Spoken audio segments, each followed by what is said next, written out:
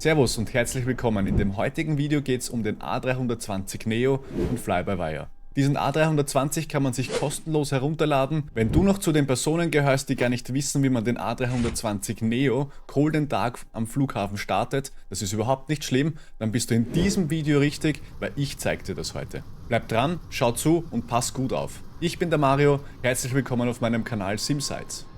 Wir starten am Flughafen Graz, Cold and Dark, und werden den Flieger dann sicher am Flughafen Wien landen. Ich habe den Flugplan bereits auf SimBrief erstellt und importiere den jetzt auf der Weltkarte, indem ich da unten noch auf Mehr gehe und auf Laden. Nachdem der Flug importiert wurde, entferne ich hier noch den Abflug, das wird dann eben im Airbus setzen. Wir wollen eigentlich nur eine gerade Linie durchhaben. Wir möchten auch noch den Startpunkt hier festlegen, das ist der Nordfeldplatz 23. Das Wetter bzw. die Uhrzeit, die stimmt, also legen wir los. Jetzt sind wir im Cockpit angekommen, natürlich ist hier alles finster und das müssen wir erst einmal anschalten, deswegen bewegen wir uns aufs Overhead-Panel, schalten die Batterie 1, Batterie 2 an, dann schalten wir die Ground Power dazu, wir hören auch schon, das Flugzeug kommt jetzt zum Leben.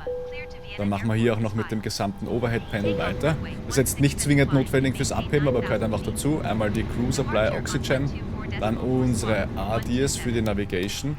Dann wollen wir natürlich das Flugzeug auch ein bisschen beleuchten. Die Emergency Lights für die Passengers anschalten, dass im Fall eines Notfalls auch die Passagiere rausfinden. Und das soll es eigentlich für den ersten Schritt mal gewesen sein. Im nächsten Schritt bewegen wir uns dann zum IFB, drehen einmal das Tablet auf und importieren dort unsere SimBrief-Daten. Aktuell sind hier noch keine Daten geladen. Wir klicken auf SimBrief-Daten importieren und alle Daten werden eben eingeladen. Wir fliegen, wie gesagt, von Graz nach Wien, da haben wir die ganzen Wetterdaten, auf den Rest verlassen wir uns einfach, das ist unsere Route und das schauen wir uns dann später an. Gehen wir dann auf die Bodendienste. Bevor wir jetzt wirklich ins Detail gehen, hast du deine Throttles denn schon kalibriert? Das heißt, wenn du deine Throttles bewegst, stimmen die Detents? Weil wenn nicht, dann solltest du das noch zuerst machen, dazu wieder ins Tablet gehen, auf die Einstellungen, dann auf die SIM-Optionen und dann bei Schubhebelkalibrierung auf Kalibrieren klicken, die einzelnen Detents durchklicken, den Hebel hinschieben und einstellen. Ich zeige euch nur ganz kurz, wie das funktioniert und aussieht. Genau, das unbedingt noch vorher machen, weil sonst wird es beim Takeoff ein bisschen schwierig. Und als zweite Einstellung kann ich dann noch empfehlen, bei den Optionen von Drittanbietern die GSX-Betankungssynchronisation zu aktivieren und die GSX-Beladungssynchronisation zu aktivieren. Das heißt, wenn ihr dann beladet, das Boarding startet, dann ist das quasi alles abhängig vom GSX. Und der Fly-by-Wire Airbus macht nicht sein eigenes Ding. Das noch vorweg. So, jetzt steigen wir also ein. Wir sind hier in den Bodendiensten. Wir sehen ja auch schon, wir haben 100 Passagiere geplant. Aktuell steigt hier noch keiner ein, weil natürlich, wir haben das Boarding noch nicht gestartet. Und beim Treibstoff schaut es ähnlich aus. Wir haben ein bisschen weniger an Bord, als wir brauchen. Das heißt, der erste Schritt wird sein, dass wir jetzt natürlich mal Refueling anstarten mit GSX und auch das Boarding starten. Das heißt, wir sind dann auch schon draußen, dass sich hier quasi ein bisschen was bewegt. Da drüben kommt auch schon unser wunderbarer Refueling-Truck und die Stairs kommen auch schon. Beim Fly-by-Wire A320 Neo gibt es die Stairs nur vorne, also die Tür hinten geht nicht auf. Das heißt, da fährt auch dann korrekterweise nur das Pushback-Fahrzeug, das Treppenfahrzeug nur vorne an. So, dann können wir eigentlich zuschauen, wie das jetzt alles eingeleitet wird. Der Betankungswagen wird sich da jetzt noch herstellen. Und dann schauen wir quasi weiter, was wir noch zu tun haben. Wir machen weiter in der MCDU, gehen runter und fangen an im ATSU. Beim ATSU initialisieren wir erstmal den Flug. Da fragt uns GSX noch, ob wir boarden wollen. Ja, natürlich. Crew und Piloten sind schon an Bord. Wir wollen echt nur die Passagiere einsteigen lassen. Gut, kurze Ablenkung. Dann eben im ATSU angekommen, öffnen wir das AOC-Menü, initialisieren hier den Flug, gehen auf Init Data Request, das wird initialisiert. Dann holen wir uns die Wetterdaten. Die Wetterdaten kriegen wir hier auch, indem wir hier auf Send drücken. Das Ganze haben wir jetzt abgeschickt und bekommen wir als Message wieder zurück mit den Wetterdaten hier unter Received Messages. Genau, da ist es auch schon, das Meter. Wir öffnen das Meter, schauen es uns kurz an, erfreuen uns dran und drucken jetzt das aus. Dann sehen wir auch schon da unten, da ist ein kleiner Drucker. Da kommt jetzt so ein Papier raus mit unseren Wetterinformationen. Das ist dann ganz praktisch für später. Wenn man draufklickt, legt sich es dann automatisch wieder daher. Das heißt, das haben wir jetzt einmal relativ praktisch da liegen und dann können wir auch schon rausgehen. Gehen ins FNGC und sagen hier mal Init. Hier passt alles soweit, also wir sitzen im richtigen Flieger. Das haben wir natürlich ausgewählt, das braucht man nicht jedes Mal kontrollieren. Wir gehen auf Init. Sind die Flugnummer OS755 habe ich uns gegeben. Dann der Cost-Index ist heute 30 und die Flughöhe ist 11.000. Das heißt Cost-Index 30, Flughöhe 11.000. Windtemperaturen holen wir uns noch. Den requesten wir für die erste Phase, für die zweite Phase und für den Descent. Haben wir das auch erledigt. Dann gibt es bei Init B dann noch die ganzen Gewichter, aber das passiert eben gerade erst. Das geben wir dann ein, wenn wir fertig gebordet haben. So, im nächsten Schritt gehen wir mal auf den Flugplan. Der Flugplan ist jetzt eigentlich nur Start und Ende, das heißt LOWG Graz und LOWW das Ende. Wir wählen aus Departure. Dann schauen wir uns noch einmal ganz kurz an, wie denn unsere Route eigentlich aussieht. Und ich wechsle da immer in den Browser, natürlich können wir uns das auch hier ansehen. Die Route ist auch da ersichtlich, genau da unten nämlich. Jetzt sehen wir auch schon ganz schön, dass da ein paar Passagiere einsteigen. Wir haben die Route, wir fliegen über 16C ab, über die Europa G4G, okay. Dann stellen wir das ein. Das heißt über die 16C und dann rauf Richtung Europa 4G, perfekt. Gehen auf Insert, haben schon mal den ersten Step da drinnen und dann gehen wir auf LOWW, also unser Arrival. Haben da gerade gesehen, dass wir hier auch auf der 16 landen über Nixie 1W. Dann schauen wir wieder zurück auf die 16, wählen aus Nix 2W und sagen Insert. Dann schauen wir uns den Plan insofern mal an. Da haben wir eine Lücke, eine Flight Plan Discontinuity, die werden wir rauslöschen. Die ist auch schon weg. Stellen uns wieder zu Beginn hin und schauen uns dann einmal im Detail an, was wir hier jetzt eingegeben haben. Das heißt, da mit dem Pfeil rauf, die Route entlang. Das schaut eigentlich soweit mal ganz gut aus. Nein, da hat's was. Er fliegt uns da zu früh rein, aber das entscheidet das Flugzeug anscheinend gerade selber, dass er hier abbiegen will. Wir wollen ja eigentlich über den Punkt WW67 fliegen. Das schaut eigentlich alles in Ordnung aus. Passt. Ja, dann lassen wir es drauf ankommen. Parallel steigen dann noch unsere Leute ein.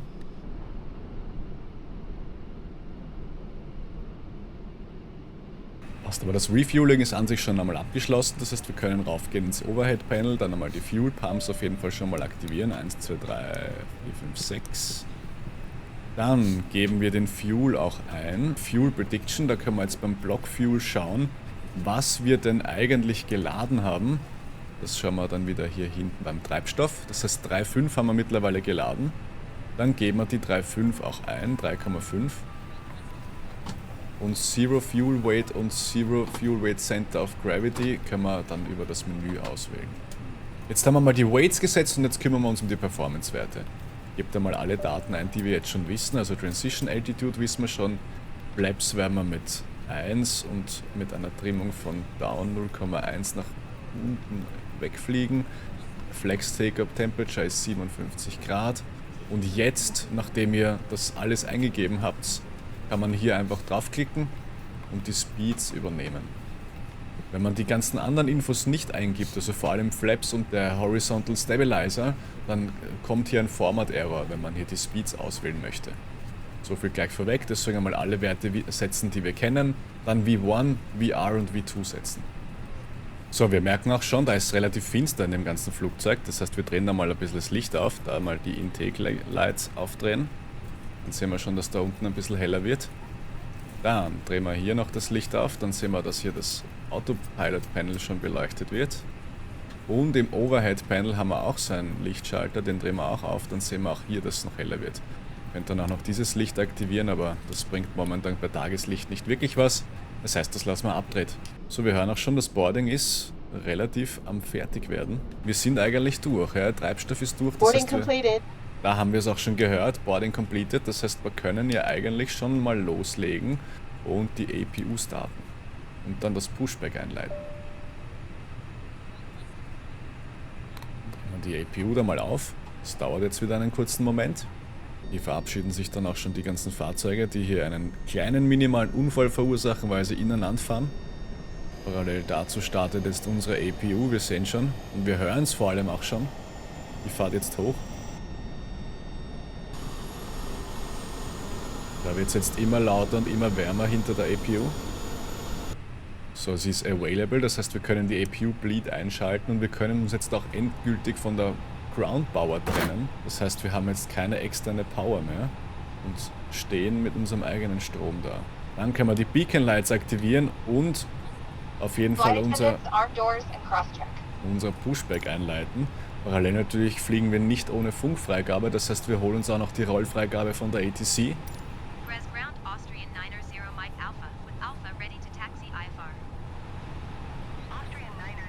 Passt, das machen wir jetzt soweit.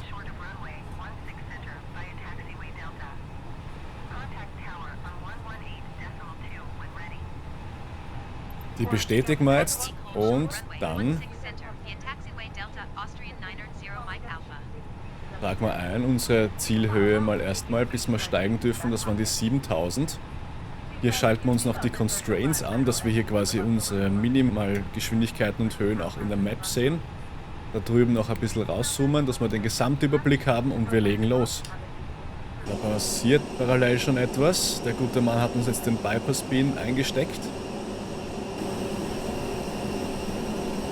So, da wählen wir noch die Entscheidung, die eigentlich die einzige, die wir haben. Wir wollen hier ausparken und da geht es eigentlich nur nach rechts raus. Der möchte jetzt, dass wir die Parking Brakes releasen. Das machen wir jetzt. Parking Brakes sind released. Und wir fahren schon. So, für den Engine Start, was ist da wichtig? Dass die EPU läuft, dass die EPU Bleed läuft. Das ist sehr wichtig, die Treibstoffpumpen natürlich. Und dann sind wir eigentlich soweit ready, dass wir da unten auf Ignition schalten können. Dann hören wir auch draußen, wie es eigentlich leiser wird, wie die ganze Umluft dann umgeleitet wird. Und dann können wir eigentlich schon den Engine-Regler für den Engine 2 hochfahren. Was passiert jetzt? Wir hören es und sehen es jetzt auch.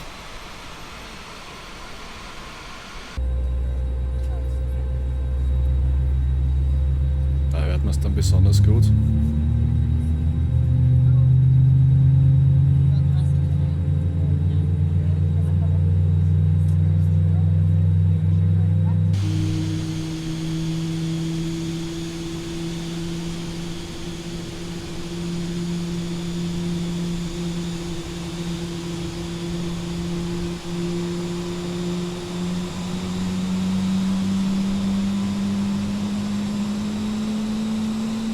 Pushback ist eigentlich auch ganz interessant, da geht immer ein guter Herr mit, der aufpasst.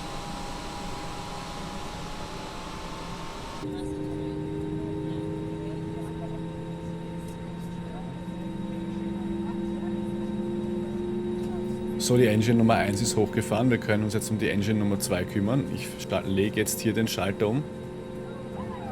Wir hören auch da diese nette Geräuschkulisse, wenn die Hydraulik umschaltet. GSX möchte, dass wir die Parking Brake setzen, das machen wir. Parallel fährt die zweite Engine hoch, ein gutes Zeichen.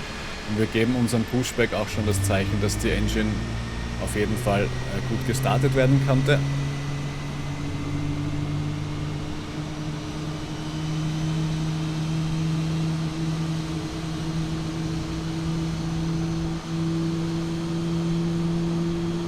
Der lasst uns da jetzt wieder runter.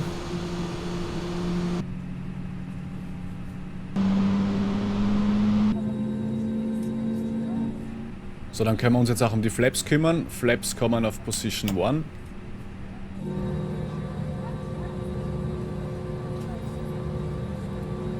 Die fahren da jetzt entsprechend aus.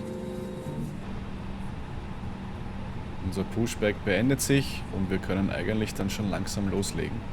Die Cockpit-Tür wird geschlossen, dass uns da keiner reinkommt. Predicted Wind Shear schalten wir ein. Wenn die beiden Triebwerke da sind, was sie sind, können wir auch die Ignition wieder abdrehen. Dann schalten wir natürlich unseren Transponder ein, dass wir auch alles sehen und dass wir gesehen werden.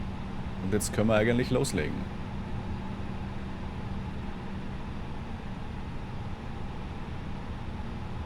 Er steht dann noch da, genau, jetzt geht er weg und wenn er dann weg ist, können wir eigentlich auch, wenn dann dieses Pushback-Fahrzeug da vorne keinen Amok macht, einmal vorbeifahren.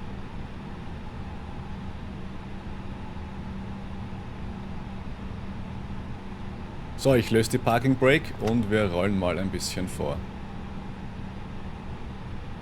Was führt er da vor uns auf? Er macht spannend, fährt er uns rein oder biegt er noch ab? Ich bremse mal zur Sicherheit, ja, okay, er biegt eh noch ab.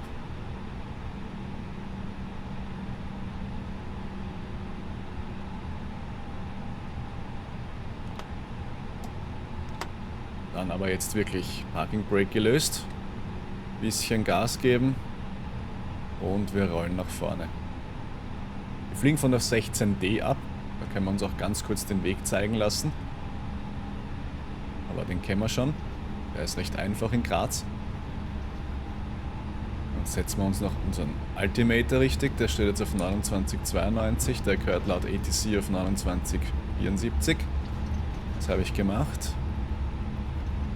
Parallel, und das ist wichtig, jedes Mal, wenn wir uns bewegen, brauchen wir natürlich auch die entsprechenden Lichter dazu, das heißt die Taxi Lights aufdrehen. Das ist wichtig. Und was ich jetzt auch noch gesehen habe, ist, dadurch, dass wir ja jetzt unsere eigenen Triebwerkgeneratoren anhaben, kann man die APU-Bleed wieder abdrehen und die APU selbst auch.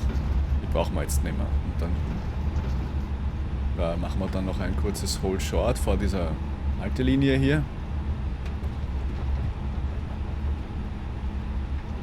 Ja, genau, vor der Haltelinie hat gut geklappt.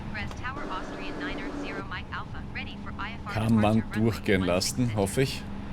So, da haben wir keinen Verkehr. Auf der anderen Seite steht auch nichts und da ist auch alles safe. Sehr gut. Naja, dann cleared for Takeoff. Gutes Zeichen. Das heißt, Landing Lights an, Strobe Lights an. Das war der falsche, Strobe Lights an und einmal hier den Cabin Call. Er möchte noch, dass wir die Auto Brakes auf Max setzen. Wir haben hier noch so eine kleine Checklist. Das heißt, wir setzen diese Auto Brake hier auf Max. Seatbelt Signs auf On. Cabin Call hier noch einmal draufklicken. Brakes haben sich gesetzt. Spoiler armen wir. Und einen Takeoff-Config Check, der sagt normal, passt, wir sind jetzt wirklich ready. Parkbremse lösen und los geht's, bisschen Schub geben und wir rollen auf die Startbahn. Möglichst in die Mitte, wenn mir das gelingt, nicht so wirklich. Die Achse ist ein bisschen zart, muss ich gestehen. Tiller-Achse. Gut, und dann sind wir an sich ready. Würde ich sagen, wir schieben die Engines kurz mal Richtung 40%. Schauen, dass sie sich da stabilisieren. Und wenn das so ist, schieben wir auf Flex und heben ab, Takeoff.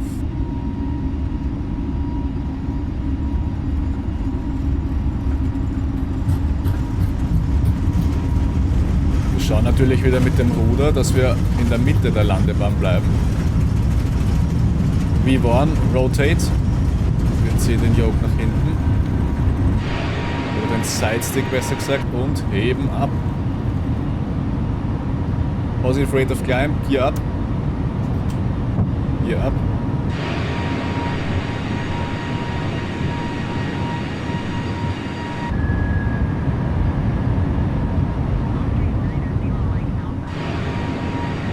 Dann bleibt uns nur zu sagen, Servus nach Graz.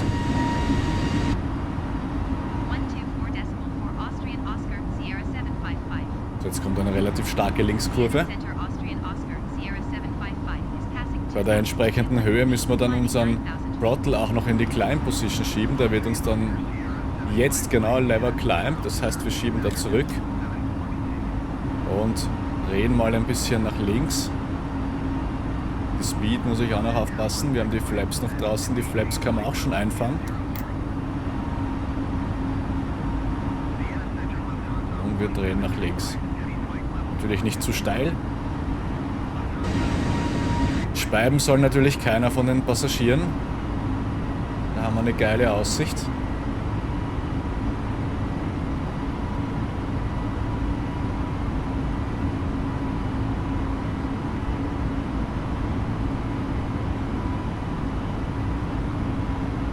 Wir haben jetzt ein bisschen unsere Route verlassen, aber das ist jetzt nicht so tragisch, da kommen wir gleich wieder zurück.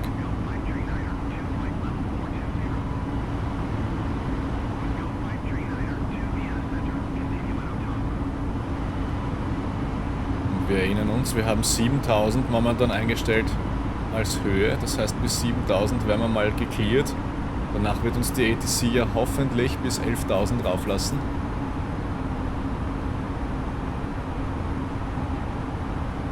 ich schalte da jetzt einfach mal den Autopiloten an. Hier. Dass uns der mal ein bisschen rüberbringt. So, jetzt haben wir unsere Clearance für 11.000 bekommen. Das heißt, wir stellen hier 11.000 ein und lassen uns vom Autopiloten darauf bringen. Hier einmal noch drauf geklickt, dass die Höhe auch übernommen wird. Und wir sind im Climb-Modus. Das heißt, das Flugzeug fängt jetzt an zum Steigen. Und hier sehen wir dann auch schon, hier ist dann unser Top of Climb, wo wir dann die Höhe erreicht haben.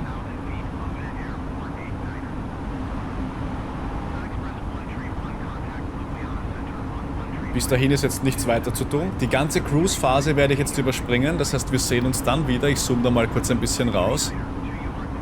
Bei Ballard. Hier ist dann der Top of Descent. Das heißt kurz vorher. Da werde ich jetzt ein bisschen vorspulen. Und bis gleich.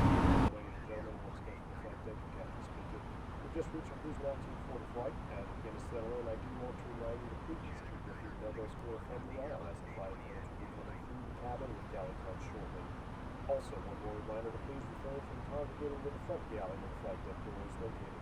Thank you.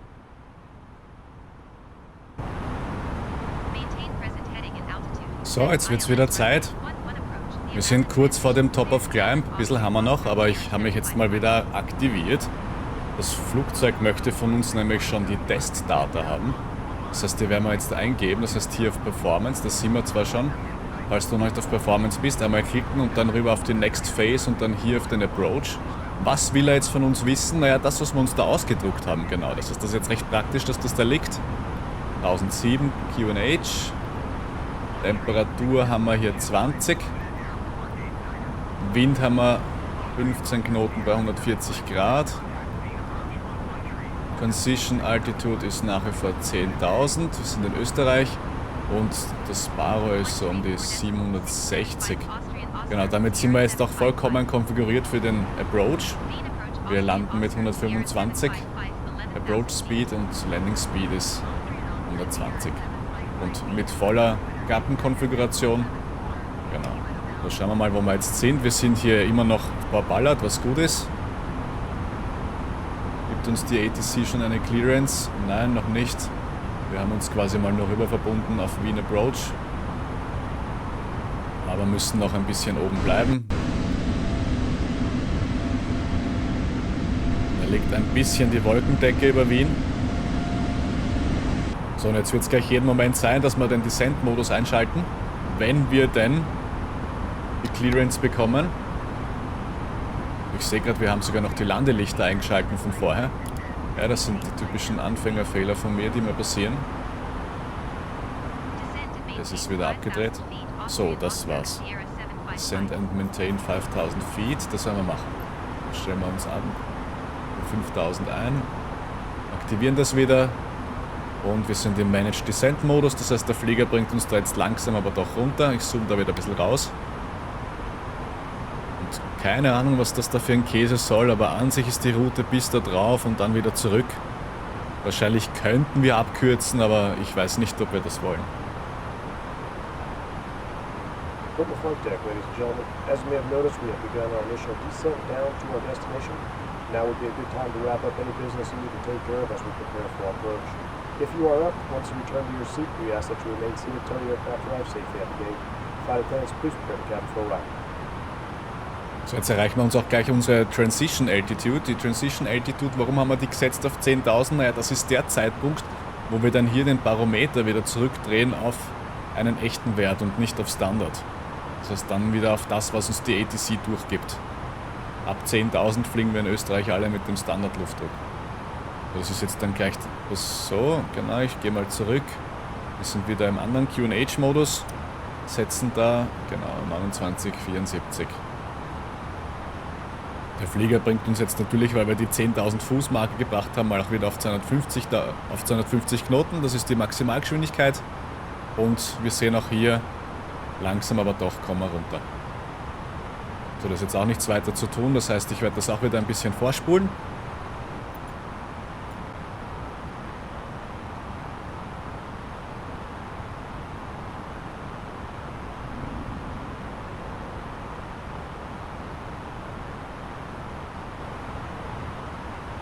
So, wir sind jetzt dann auch schon wieder relativ nah unten. 5000 Fuß haben wir gleich erreicht. Das ist auch unser Constraint hier. Viel höher, viel niedriger dürfen wir da gar nicht fliegen. Das heißt, bis daher müssen wir sogar die 5000 halten, bis wir dann in unserem Final sind.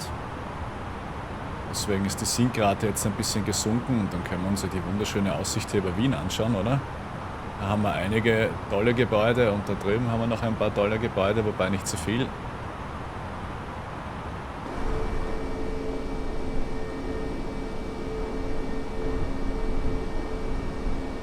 Da unten haben wir unser berühmtes Ernst-Happel-Stadion. Und hier die Donau City, da fliegen wir jetzt noch ein Stückchen drüber und dann machen wir eine schöne Rechtskurve auf unseren letzten Final. Was man auch schön sehen kann, dadurch, dass das alles auf Basis eines Flugplans passiert, werden wir auch von selbst langsamer. Das heißt, wir sollten auch langsam schon unsere Flaps ausfahren, weil wir uns da in der 200 Knoten Gegend bewegen.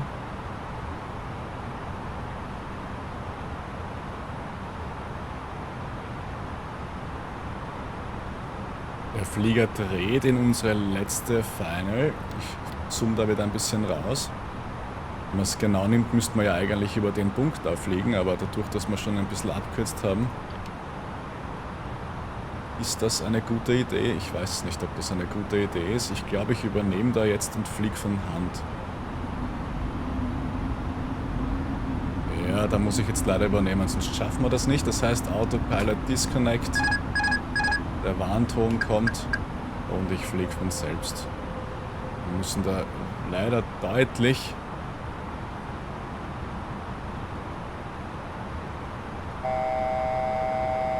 runter. Dann macht es wahrscheinlich ja sogar noch Sinn, nochmal kurz zu drehen und doch diesen Punkt zu fliegen. Ich fahre jetzt noch einmal die Flaps aus.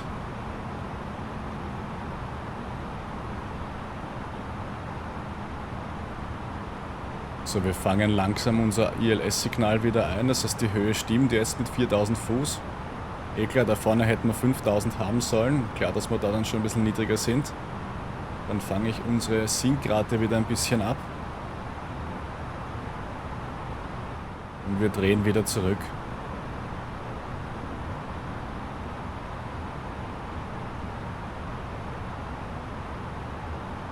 Und schauen, dass wir dabei nicht allzu viel Höhe verlieren.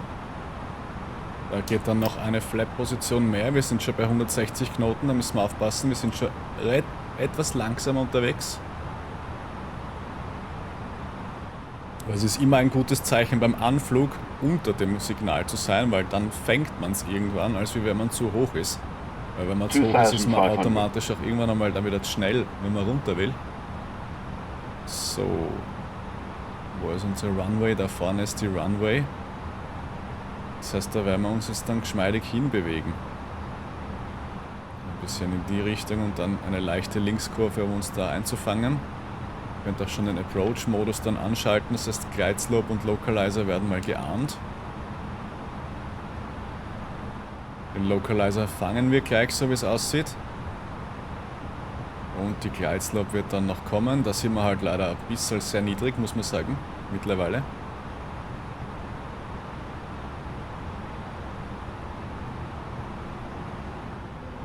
Da werde ich jetzt noch ein bisschen den Autopiloten aktivieren, dass der uns da jetzt noch ein bisschen stabilisiert und zurecht trimmt. Ist immer ein gutes Zeichen. So, und dann kommen wir auch schon zur Landing Checklist. Das heißt, wir sollten die Landing Gears dann mal down geben. Das heißt, Landing Gears down. Seatbelt Signs sind an. Cabin check. Spoilers an. Für die Auto Brakes dann. Flaps full, das ergibt sich jetzt noch. Und wir werden dann quasi bremsen mit Low Auto Brake. Das heißt, diese hier. Solange wir uns dann noch im Anflug befinden, bringt uns der Autopilot da sicher nach vorne. Das heißt, jetzt können wir auch schon die Flaps auf Full ausfahren. So, ich spule dann noch einmal ein bisschen nach vor.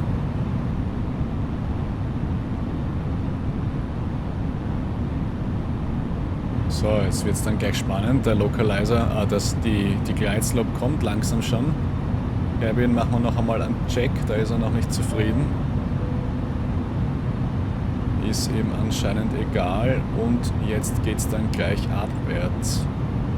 Jetzt hat sich die Glideslope aktiviert und es geht runter.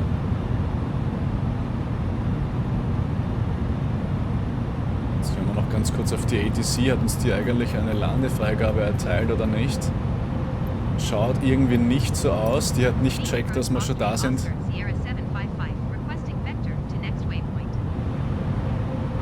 Schaut so aus, ja. Wird spannend. Könnte etwas gefährlich werden im Anflug.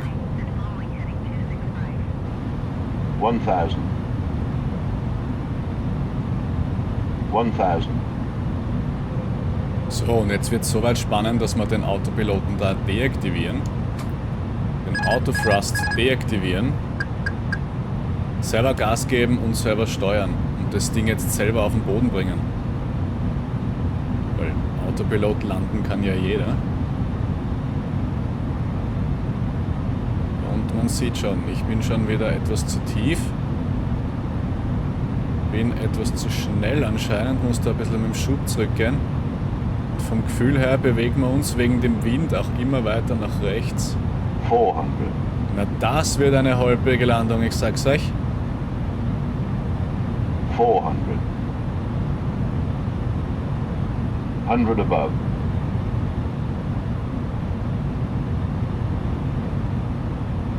300. 200. Jetzt geht's anscheinend flott Minimum. und wir gehen runter. 100. 100.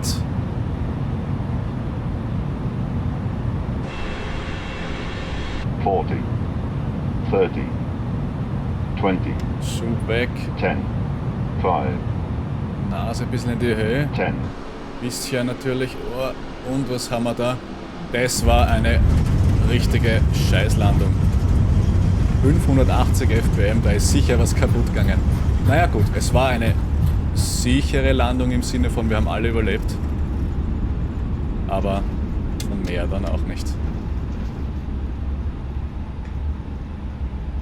So, Autobrake bringen uns da jetzt noch runter. Die habe ich jetzt da deaktiviert. Und wir lassen uns ausrollen.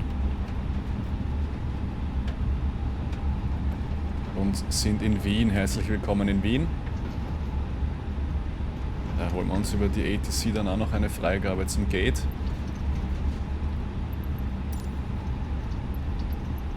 Wien ground Austrian Oscar Sierra 755 taxi to the gate. Austrian Oscar Sierra 755 taxi to gate Charlie Tree Niner using taxiway Delta Mike Echo Lima.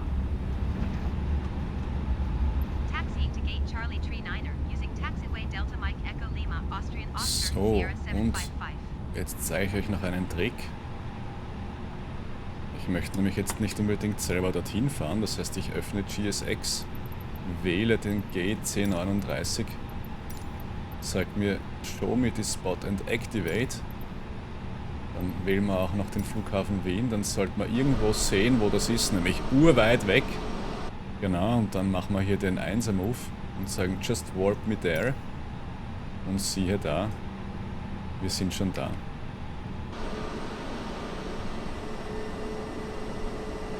GSX sagt uns very good parking, sehr nett, ja. Ich meine, gut, wir haben uns ja auch hingeparkt mit just warp me there.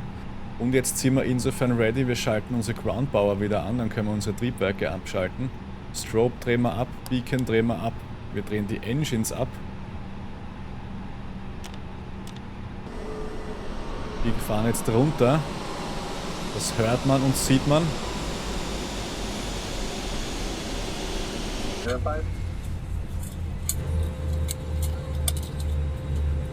Da wird schon fleißig abgeschnallt.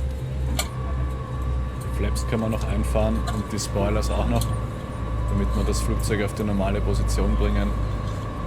Und dann würde ich sagen, liebes GSX, wir starten das Deboarding. Und mit dem Deboarding passiert dann natürlich das, was immer passiert. Die Jetway kommt und die Leute können aussteigen.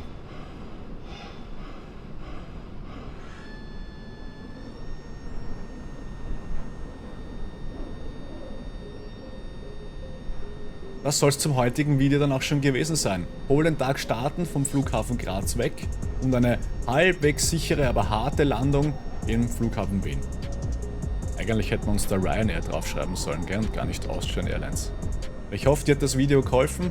Wenn du mehr davon sehen willst, auch für andere Flugzeuge, dann schreib mir es gerne in die Kommentare. Ich habe vor, dass ich das jetzt auch noch für den Phoenix V2 mache und für die BMDG 737. Wenn du einen Wunsch hast, was du zuerst sehen willst oder überhaupt ein anderes Flugzeug zuerst sehen willst, zum Beispiel die ATR, dann schreib mir das gerne in die Kommentare und wer weiß, vielleicht schaffst du es, meine Reihenfolge umzuändern und mein nächstes Video zu bestimmen. Ich würde mich sehr darüber freuen. Wenn du mich unterstützen willst, lass gerne auch einen Daumen hoch da, ein Abo da, schreib mir was Liebes in die Kommentare, ich freue mich drauf und ich schreibe dir auf jeden Fall zurück. Bis zum nächsten Mal, in diesem Sinne, ciao Baba! Und wenn du noch weitere spannende Videos sehen willst, dann schau dir gerne dieses Video hier an oder dieses Video hier an.